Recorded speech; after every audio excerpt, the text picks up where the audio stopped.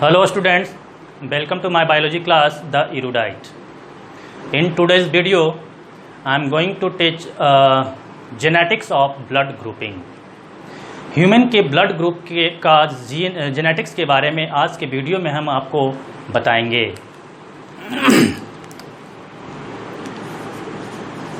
Genetics of human blood group. यहाँ पे ध्यान देंगे जेनेटिक्स जो है, जेनेटिक टर्म जो है, तो सिंपल वे में अगर हम कहें कि जेनेटिक्स है क्या, तो किसी भी इंडिविजुअल के अंदर उसके इनहेरिटेंस और वेरिएशन के बारे में अध्ययन करना कहलाता है जेनेटिक्स। यानी कि study about inheritance and variation is called genetics. Inheritance क्या है? What is inheritance? So transfer of characters from parents to their offspring. Parents से उसके बच्चों में कैरेक्टर्स का ट्रांसफर करना कहलाता है इनहेरिटेंस। जैसे सपोज कीजिए कि हम लोग के पास में जैसा भी कैरेक्टर है वो सारा कैरेक्टर आया किधर से, तो हम लोग देखेंगे कि वो सारा कैरेक्टर्स हमारे पेरेंट्स से आया है। अब ध्यान देंगे, ये सारा कैरेक्टर्स हमारे पेरेंट्स से आया है, लेकिन फिर भी हम लोग का 100% कैरेक्टर जो है ना माता जी से मिलता है ना पिताजी से मिलता है। हम लोग 100% पिताजी से नहीं मैच करते हैं, ना ही 100% माता जी से मैच करते हैं। और ये जो डिफरेंस है, ये चेंजेस जो है, इसी चेंजेस को कहा जाता है वेरिएशन। और ये कैरेक्टर का पेरेंट्स से बच्चों में आना और जो चेंजेस होता है पेरेंट्स और बच्चों के बीच में, इसी के बारे में अध्ययन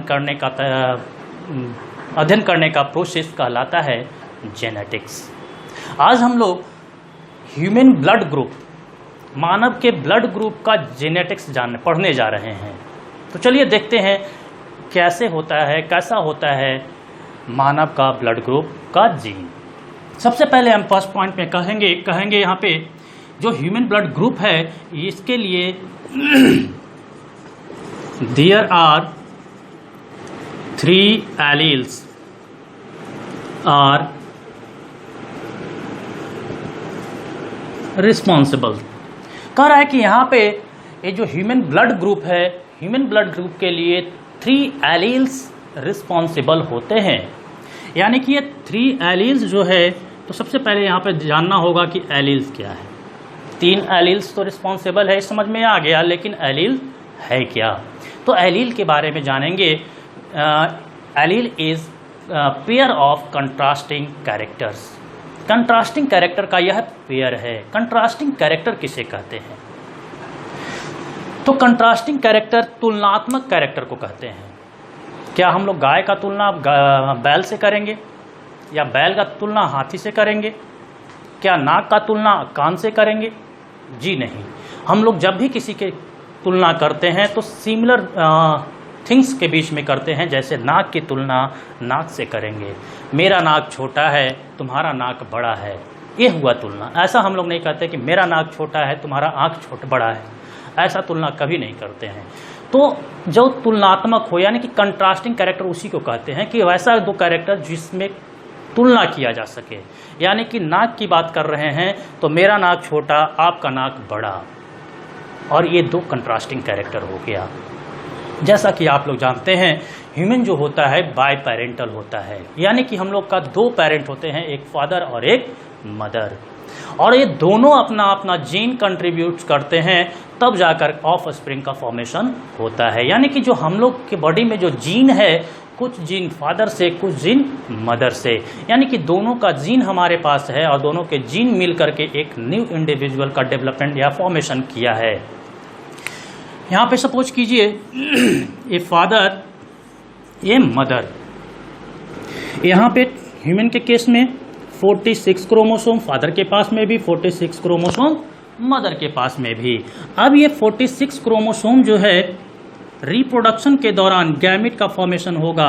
फादर भी मेल गैमिट का फॉर्मेशन करेंगे, मदर मेल गैमिट का फॉर्मेशन करती है, और गैमिट जो बनता है उस गैमिट में नंबर ऑफ क्रोमोसोम आधा हो जाता है। यानी कि 46 क्रोमोसोम है, यह बच जाता है 23 क्रोमोसोम। अब ध्यान देंगे कि ये 23 क्रोमोसोम है और ये 23 क्रोमोसोम है।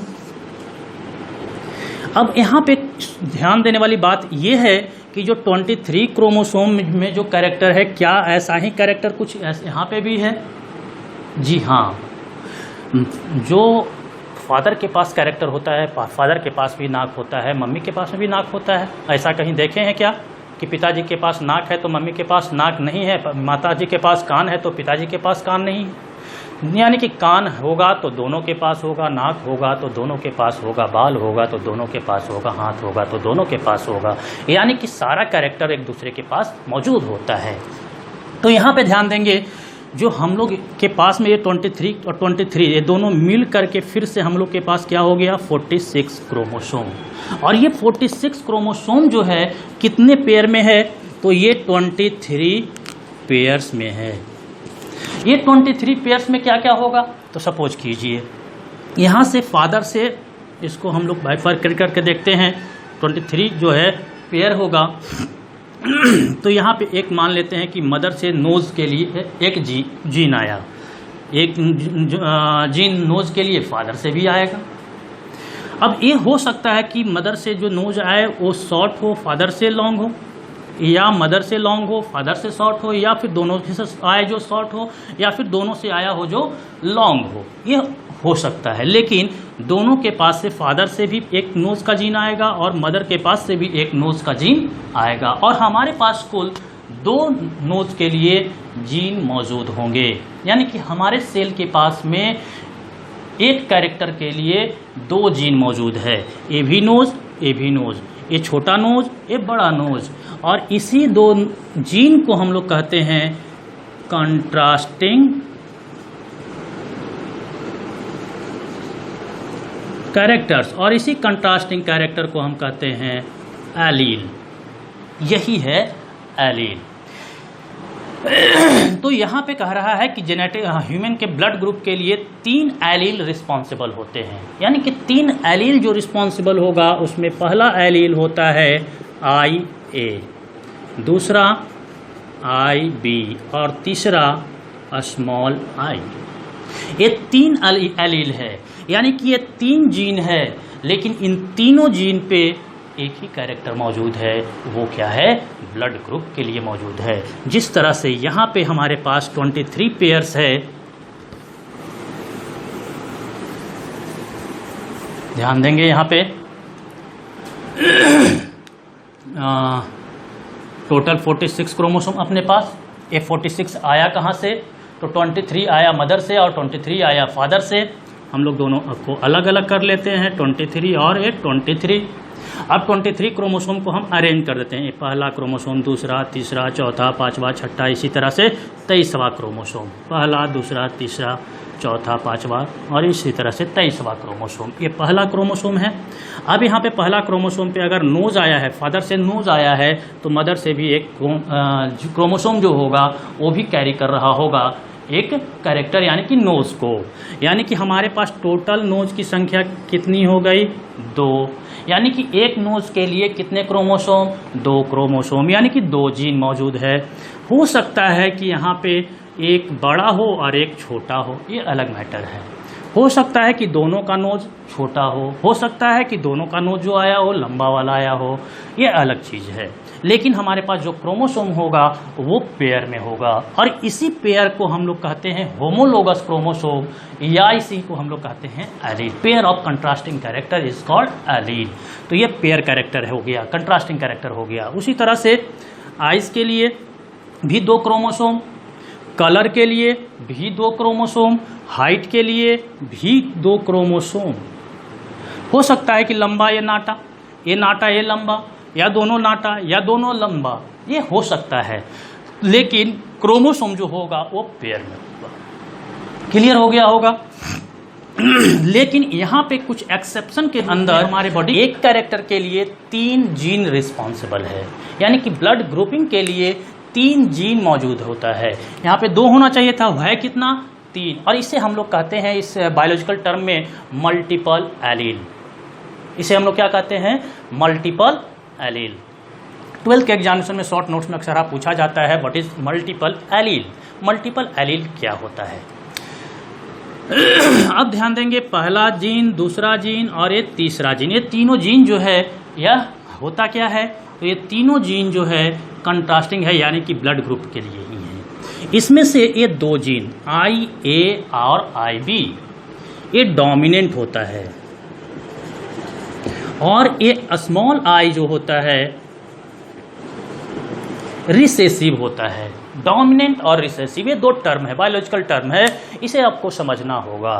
डोमिनेंट मतलब जो मजबूत है और रिसेसिव मतलब जो कमज़ोर है। देखते होंगे मैदान में जब कुश्ती का टूर्नामेंट चलता रहता है, दो पहलवान मैदान में उतरते हैं, एक पहलवान मजबूत होता है और दूसरा कमज़ोर होता है। जो मजबूत होता है वह कमज़ोर वाले को पटक देता है, और उसके बाद जो रेफरी होता है वह रेफरी करता क्या है, तो रेफरी साहब को देखिएगा जब मैच जो जीतता है, जो पहलवान जीतता है, उस पहलवान का हाथ पकड़कर ऊपर कर देते हैं, यानी कि उसे डोमिनेट करवाते हैं कि देखो यही जीता है। उसी तरह से हमारे अंदर जीन जो जीन भी है वो भी पेयर में है, यानी कि 2 की संख्या में है या 3 की संख्या में है, उसमें से कुछ मजबूत होंगे और कुछ कमज़ोर होंगे। तो यहाँ पे जो 2 जीन है, यहाँ पे ब्लड ग्रुप के लिए 3 जीन मौजूद है, 3 जीन रिस्पॉन्सिबल है। इसमें से 2 जीन जो है यह डोमिनेंट होता है, मजबूत होता है। अब ध्यान देंगे, IA और IB मजबूत, और ये स्मॉल आई जो है रिसेसिव यानी कि कमज़ोर है। यानी कि अगर ये डोमिनेंट और इस रिसेसिव में जब भी झगड़ा होगा तो रिसेसिव हमेशा नीचे दब जाएगा, और ये डोमिनेंट वाला यानी कि IA या IB जो होगा हमेशा ऊपर होगा। इसी से एक जेनेटिक्स का मेंडल साहब, जो फादर ऑफ जेनेटिक्स कहे जाते हैं, उन्होंने लॉ दिया था, उसमें उन्होंने कहा था law of dominance. Law of dominance में क्या कहा गया था, only one characters express itself after crossing 2 contrasting gene. जब 2 कंट्रास्टिंग जीन को आपस में क्रॉस करवाया जाए तो उसमें से कोई एक ही जीन अपने आप को एक्सप्रेस करता है, और जो एक्सप्रेस करता है उसे हम लोग डोमिनेंट कहते हैं, और जो सप्रेस हो गया, जो दब गया, उसे हम लोग रिसेसिव के नाम से जानते हैं। ये लॉ दिया गया था मेंडल साहब के द्वारा। तो यहाँ पे ध्यान देंगे, ये है IA, IB और स्मॉल आई, ये 3 जीन, जिसमें कि ये 2 जीन डोमिनेंट मजबूत वाला याद रखेंगे, और ये स्मॉल आई जो है रिसेसिव कमजोर वाला। अब हम लोग आगे का खेल देखेंगे। आगे का खेल क्या होगा कि अगर कोई 2 पेरेंट्स यानी कि एक मदर और फादर 2 क्रॉस करेंगे, क्रॉस करने के बाद जो नया ऑफ स्प्रिंग प्रोड्यूस होगा, उस ऑफ स्प्रिंग का ब्लड ग्रुप क्या होगा, कैसे निर्धारित करेंगे, चलिए देखते हैं। यहाँ पे इसके आगे तत्काल इस टर्म को आप लोग याद रखेंगे, IA, IB डोमिनेंट और स्मॉल आई रिसेसिव, ये जीन है। अभी जीन का होगा क्या, कैसे बच्चों में ट्रांसफर होगा, इनहेरिट होगा।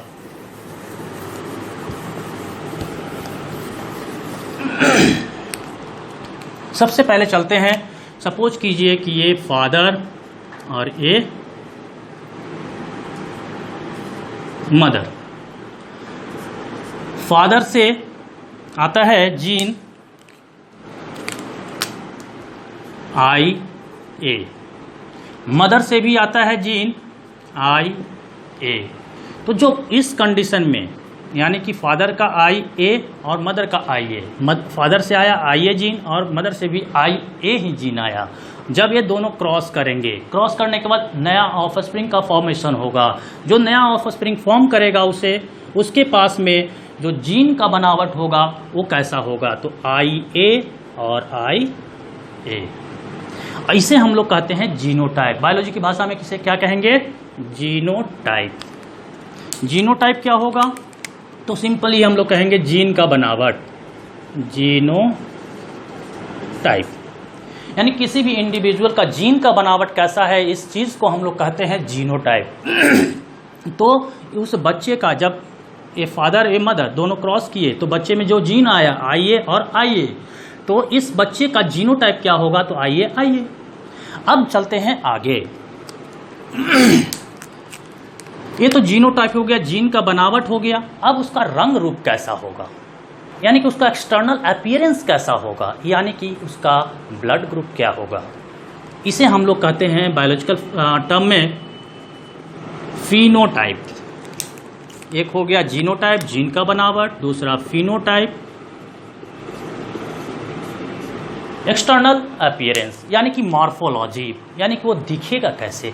और इसी फिनोटाइप को हम लोग यहाँ पे ब्लड ग्रुपिंग पढ़ रहे हैं, तो इस फिनोटाइप को हम लोग ब्लड ग्रुप कहेंगे। यानी कि जीनोटाइप, जीन का बनावट अगर आईए और आईए रहा तो उस बच्चे का ब्लड ग्रुप जो होगा वो क्या होगा, वो ब्लड ग्रुप होगा ए। क्या हो गया उसका ब्लड ग्रुप ए। उसी तरह से अगर फादर से आई ए आता है, मदर से स्मॉल आई आता है, दोनों क्रॉस करेंगे तो बच्चे का जीनोटाइप यानी कि जीन का बनावट क्या होगा, तो आई ए और स्मॉल आई। और इस केस में उस बच्चे का ब्लड ग्रुप क्या होगा, तो यहाँ पे ध्यान दिया जाए, अभी अभी जस्ट इसके पहले पढ़ाए थे कि आई ए और आई बी डोमिनेंट होता है, यानी दोनों मजबूत पहलवान हैं। जब आई ए और आई ए दो मजबूत पहलवान को अगर लड़ाया जाए तो दोनों मैच को ड्रॉ कर देते हैं, यानी ना दोनों में से कोई जीतता नहीं है। और इस कंडीशन को बायोलॉजिकल टर्म में हम लोग कहते हैं को डोमिनेंस। अभी आगे दिखलाएंगे। तत्काल हम लोग देखेंगे एक पहलवान एक कमजोर है, तो पहलवान जो होगा कमजोर को पटक देगा और पटकने के बाद वह अपने आप को डोमिनेट करेगा, आई एम द विनर। यहाँ पे ध्यान देंगे सॉरी, यहाँ पे ध्यान देंगे आई ए और स्मॉल आई।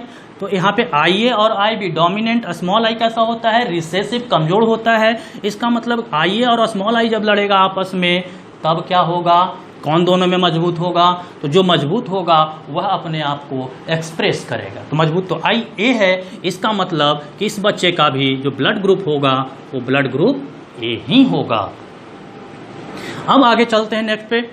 अगर फादर जो है आई बी जीन भेजते हैं, मदर आई भी भेजती है आई बी, जब दोनों क्रॉस करेगा तब इस बच्चे का जीनोटाइप आई बी, इसका फिनोटाइप यानी कि ब्लड ग्रुप क्या होगा, तो अब बी है और ये भी बी है, इसका ब्लड ग्रुप भी बी हो जाएगा। उसी तरह से आई बी फादर से आया, मदर से स्मॉल आई, और जब दोनों क्रॉस करेंगे तो बच्चे का genotype I B small I. फिर से यहाँ पे ध्यान देंगे ये वाला कंडीशन, आई बी डोमिनेंट और स्मॉल आई रिसेसिव, यानी कि आई बी जो है डोमिनेट करेगा, अपना कैरेक्टर को एक्सप्रेस करेगा। इसका मतलब कि जो इसका बच्चे का ब्लड ग्रुप होगा वो कैसा होगा, तो बी ही होगा। अब नेक्स्ट चलते हैं, नेक्स्ट कंडीशन क्या होगा, तो फादर से अगर आई ए आता है, मदर से आई बी आता है, तो बच्चे में क्रॉसिंग के बाद जो जीनोटाइप होगा आई ए आई बी। अभी हम बात कर रहे थे को डोमिनेंस का।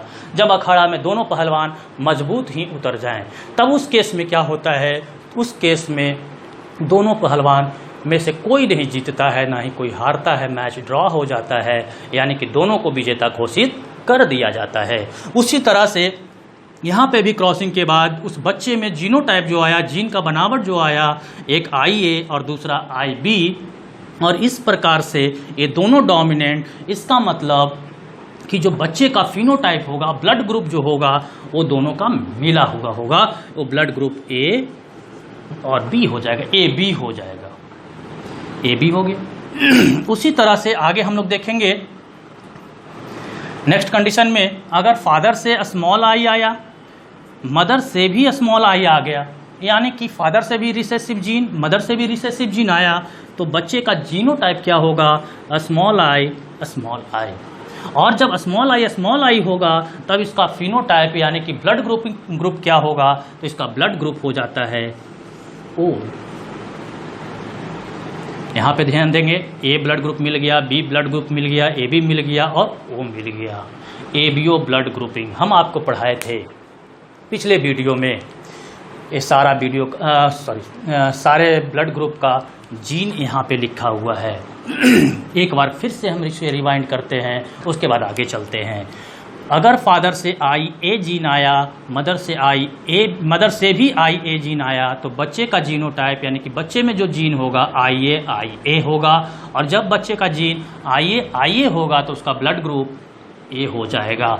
और जब ब्लड ग्रुप ए था ब्लड ग्रुप ए था तो इसमें एंटीजन कौन होगा, एंटीबॉडी कौन होगा, ये सारा कुछ हम प्रीवियस वीडियो में पढ़ा चुके हैं। तो आइए अगर ब्लड ग्रुप होगा तो इस आइए ब्लड ग्रुप के पास में एंटीजन ए होगा और एंटीबॉडी बी होगा। क्या होगा? एंटीजन ए होगा और एंटीबॉडी बी होगा। उसी तरह से यहाँ पे भी ध्यान दिया जाए, I A small I blood group A, तो यहाँ पे भी सेम कंडीशन, एंटीजन ए और एंटीबॉडी बी मौजूद होगा। दूसरा कंडीशन है आई बी में बी हो गया और बी जब ब्लड ग्रुप होगा तो यहाँ पे एंटीजन जो होगा बी होगा, एंटीबॉडी जो होगा वो ए होगा। तीसरा कंडीशन है बी का ही, तो सेम हो जाएगा। चौथा कंडीशन देख रहे हैं आई बी, यहाँ पे जो है ए बी ब्लड ग्रुप मिला, यानी कि जब बच्चे का जीन आई ए और आई बी दोनों डोमिनेंट वाला ही होगा तब उस बच्चे का ब्लड ग्रुप जो होगा ए बी होगा। दोनों पहलवान अपना अपना कैरेक्टर एक्सप्रेस करेगा और इसी कंडीशन को हम लोग कहते हैं कोडोमिनेंस। इस कंडीशन को क्या कहते हैं? कोडोमिनेंस। यानी कि ए बी जो ब्लड ग्रुपिंग जो है एग्जाम्पल है कोडोमिनेंस का। यहाँ पे मेंडल साहब फेल हो जाते हैं। मेंडल साहब ने कहा था कि जब दो कंट्रास्टिंग कैरेक्टर को आपस में हम लोग क्रॉस करवाएंगे तो उसमें से कोई एक ही कैरेक्टर जो है अपने आप को एक्सप्रेस करेगा और जो एक्सप्रेस करेगा वो डोमिनेंट, जो नहीं करेगा वह रिसेसिव। लेकिन यहाँ पे इस कंडीशन में ध्यान दिया जाए, यहाँ पे दोनों में से दोनों कैरेक्टर अपने आप को एक्सप्रेस कर दिया और यह कंडीशन कहलाया कोडोमिनेंस। और कोडोमिनेंस जो है एक एक्सेप्शन है मेंडल्स के लॉ ऑफ डोमिनेंस का। अब यहाँ पे क्या होगा? तो ए बी ब्लड ग्रुप जब पढ़ाए थे तो यहाँ पे ए बी ब्लड ग्रुप में क्या था? एंटीजन दोनों मौजूद था, ए और बी, लेकिन एंटीबॉडी दोनों एब्सेंट था। यानी कि ए बी ब्लड ग्रुप में एंटीबॉडी एब्सेंट होता है। उसी तरह से अगर दोनों फादर और मदर दोनों से रिसेसिव जीन आता है आई स्मॉल आई, तो बच्चे में स्मॉल आई और उस केस में उस बच्चे का ब्लड ग्रुप हो जाता है ओ। ब्लड ग्रुप क्या हो गया? ओ। और ओ जो होता है इसके पास में एंटीबॉडी मौजूद होता है लेकिन एंटीजन एब्सेंट होता है और इस वजह से ये ओ ब्लड ग्रुप जो होगा वह यूनिवर्सल डोनर कहलाता है और ए बी जो होता है यूनिवर्सल रेसिपिएंट कहलाता है। ये सारा कुछ हम एक प्रीवियस वीडियो में बता रखे हैं। तो ये था जेनेटिक्स किसका? ह्यूमन ब्लड का। यहाँ पे ध्यान समझ में आया होगा कि किस तरह से कौन सा ब्लड का फॉर्मेशन होता है। अब हम आगे चलते हैं, एक क्वेश्चन इस पे डील कर लेते हैं ताकि उसके बाद एक सारा कॉन्सेप्ट आपका क्लियर हो जाएगा। अगर सपोज किया जाए कि फादर जो है जिनका ब्लड ग्रुप ए है और मदर जो है उनका ब्लड ग्रुप बी है, तो उस बच्चे का ब्लड ग्रुप क्या होगा? यानी कि उस बच्चे का ब्लड ग्रुप होने की संभावना क्या होगी? फादर का ब्लड ग्रुप जो है ए है, मदर जिनका ब्लड ग्रुप बी है। अब यहाँ पे ध्यान दिया जाए कि अब इससे पूछा जा रहा है कि ये जो कपल है इस कपल का जो ऑफ स्प्रिंग आएगा उस ऑफ स्प्रिंग का ब्लड ग्रुप क्या होगा? तो क्या हो सकता है इस चीज़ के बारे में हम लोग यहाँ पे देखेंगे। सबसे पहले चलते हैं फादर के पास। फादर का ब्लड ग्रुप ए है। अगर ब्लड ग्रुप ए है तो इसका जीनोटाइप यानी कि जीन का बनावट क्या हो सकता है? तो इससे जस्ट पहले अभी हम लोग देखे थे कि किस कंडीशन में ब्लड ग्रुप ए होगा, यानी किस तरह का जीनोटाइप होगा तो ब्लड ग्रुप ए होगा। तो यहाँ पे उस कंडीशन के अनुसार यहाँ पे दो कंडीशन था जहाँ पे हम लोग देखे थे कि ब्लड ग्रुप ए आया था। पहला कंडीशन था कि अगर बच्चे का जो जीनोटाइप है आई ए रहे तब उस केस में भी यह ब्लड ग्रुप ए हो सकता है। या दूसरा केस हो सकता है कि आई ए और स्मॉल आई, यानी कि फादर का ब्लड ग्रुप ए है तो इनका जीनोटाइप क्या हो सकता है? तो इनका जीनोटाइप ए भी हो सकता है या फिर ये भी हो सकता है, दोनों में से कोई हो सकता है। उसी तरह से मदर के केस में भी हम लोग देखेंगे कि आई बी और आई बी या फिर आई बी या स्मॉल आई, यानी कि इन दोनों में से कोई हो सकता है। चाहे तो ये होगा, चाहे तो ये होगा, चाहे तो ए होगा। अब हमें पता करना है कि आखिर जब बच्चा इनको एक क्रॉस करेंगे तो इनका जो बच्चा आएगा उसमें उसका जीनोटाइप क्या होगा। तो पहला केस हम लोग लेके चलते हैं, इस केस को और इस केस को। अगर सपोज कर लीजिए, मान लीजिए कि फादर का जीनोटाइप IA रहा, मदर का जीनोटाइप IB रहा, तब उस केस में बच्चे का ब्लड ग्रुप क्या होगा। तो सिंपल सी बात है, यहाँ पे दिख ही रहा है A और B। तो इस गैमेट बनेगा तो इसका IA, इसका IA, इसका भी गैमेट बनेगा तो IB। जब गैमेट बनता है तो ये दो क्रोमोसोम है ना, दो में से कोई एक ही जाएगा, चाहे तो एक क्रोमोसोम जाए चाहे तो एक क्रोमोसोम जाए। यहाँ पे देखेंगे IA है और IA है, दो क्रोमोसोम पेयर में है हमारे पास मौजूद। जब हमारे बच्चे होंगे तो बच्चे को फॉर्म करने के लिए गैमेटोजेनेसिस होगा, यानी गैमेट बनाया जाएगा, स्पर्म बनाया जाएगा। तो उस स्पर्म में इस दोनों में से कोई एक ही क्रोमोसोम जाएगा, दोनों साथ में नहीं जाएगा। चाहे तो ये जाए चाहे तो ये जाए, तो दोनों क्रोमोसोम तो एक ही है, IA। तो यहाँ पे ध्यान दीजिए, IA और AIA, IB और IB दोनों कंडीशन में एक ही होगा। अगर A वाला और A वाला क्रॉस करेगा तो IB, इसका जीनोटाइप क्या होगा AB। ये इससे क्रॉस करेगा तो उस केस में भी IB यानी कि AB। अगर ये वाला इसके साथ क्रॉस करेगा तो भी IB AB, और फिर इसके साथ अगर क्रॉस करेगा तो AB। यानी कि अगर फादर का जीनोटाइप IA और मदर का IB रहा, तब हर हाल में बच्चे का जीनोटाइप जो होगा वो IB होगा, यानी कि ब्लड ग्रुप AB ही होगा। अब यहाँ पे ये तो नॉर्मल केस हो गया, ये आपको समझ में आ गया होगा। अगर केस ऐसा रहा कि फादर का जीनोटाइप I रहा और मदर का IB रहा, तब उस केस में क्या होगा, IA स्मॉल I को क्रॉस करवाया जाए IB के साथ। यहाँ पे सबसे पहले हम लोग गैमेट बनाएंगे। गैमेट में क्या कहे थे कि दो में से कोई एक ही होगा, तो दो गैमेट, यहाँ पे दो क्रोमोसोम है, एक है IA और दूसरा स्मॉल I, यानी कि एक गैमेट में IA हो सकता है तो दूसरे में स्मॉल I हो सकता है। और इस केस में तो दोनों गैमेट में क्या होगा, IB ही होगा, क्योंकि दोनों यहाँ पे क्रोमोसोम जो है B ही है। अब क्रॉस करवाइए तो AB मिल जाएगा, IB ब्लड ग्रुप। इससे इसको क्रॉस करवाइए तो IB, यहाँ पे भी AB ब्लड ग्रुप मिल गया। अब इसको अगर इसके साथ क्रॉस करवाया जाए तब क्या होगा, यहाँ पे ध्यान देंगे IB और स्मॉल I, और IB और स्मॉल I में मजबूत कौन है, तो मजबूत जो है IB है, यानी कि इसका ब्लड ग्रुप जो होगा B हो जाएगा।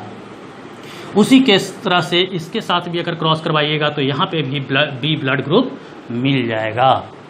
यानी कि पहला केस में तो AB ब्लड ग्रुप बच्चे का हो सकता है। दूसरा केस में हम लोग देखें कि AB के अलावे B का भी ऑप्शन दिख रहा है, यानी कि इनके बच्चा जो होगा वो हो सकता है कि B ब्लड ग्रुप वाला भी हो। तीसरा कंडीशन आता है। तीसरा कंडीशन क्या है, तो हो सकता है कि ये जो है इसके साथ क्रॉस कर जाए, यानी कि हो सकता है कि फादर का जो जीनोटाइप हो IA स्मॉल I और मदर का जीनोटाइप IB स्मॉल I हो। अब यहाँ पे इसका गैमेट क्या बनेगा, तो यहाँ पे दो क्रोमोसोम, दोनों में से कोई एक ही गैमेट में जाएगा। तो यहाँ पे हो सकता है या तो गैमेट हमें IA मिलेगा या तो स्मॉल I मिलेगा। उसी तरह से यहाँ पे भी दो गैमेट मिलेगा, IB और स्मॉल I। क्रॉस करवाइए, AB मिल गया, क्रॉस करवाइए IA और यहाँ स्मॉल I, और IA और स्मॉल I में मजबूत कौन होगा, IA। इसका मतलब इसका ब्लड ग्रुप क्या होगा, A हो जाएगा। उसी तरह से A क्रॉस करेगा तो यहाँ पे जीनोटाइप मिलेगा IB और स्मॉल I, और जब IB और स्मॉल I में मजबूत IB है तो इसका ब्लड ग्रुप क्या हो जाएगा, इसका ब्लड ग्रुप B हो जाएगा। इस केस में स्मॉल I अगर आया तब स्मॉल I और स्मॉल I आया था तो क्या मिला था हमें, ब्लड ग्रुप O। इसका मतलब कि इस तरह के जो पेरेंट्स हैं उनके बच्चे जो होंगे, उन बच्चे का जो ब्लड ग्रुप होगा इनमें से कुछ भी हो सकता है। AB भी हो सकता है, A भी हो सकता है, B भी हो सकता है और O भी हो सकता है। अगर क्वेश्चन में आपको स्पेसिफाई कर देता है कि फादर जो है उनका ब्लड ग्रुप A है और उनका जीनोटाइप जो है IA स्मॉल I, तब और मदर जो है उनका ब्लड ग्रुप बी है लेकिन उनका जीनोटाइप हमें मालूम नहीं है, तब उस केस में बच्चे का ऑफ स्प्रिंग का क्या ब्लड ग्रुप हो सकता है। तो यहाँ पे अगर स्पेसिफाई कर देगा तो ये तो क्लियर हो गया।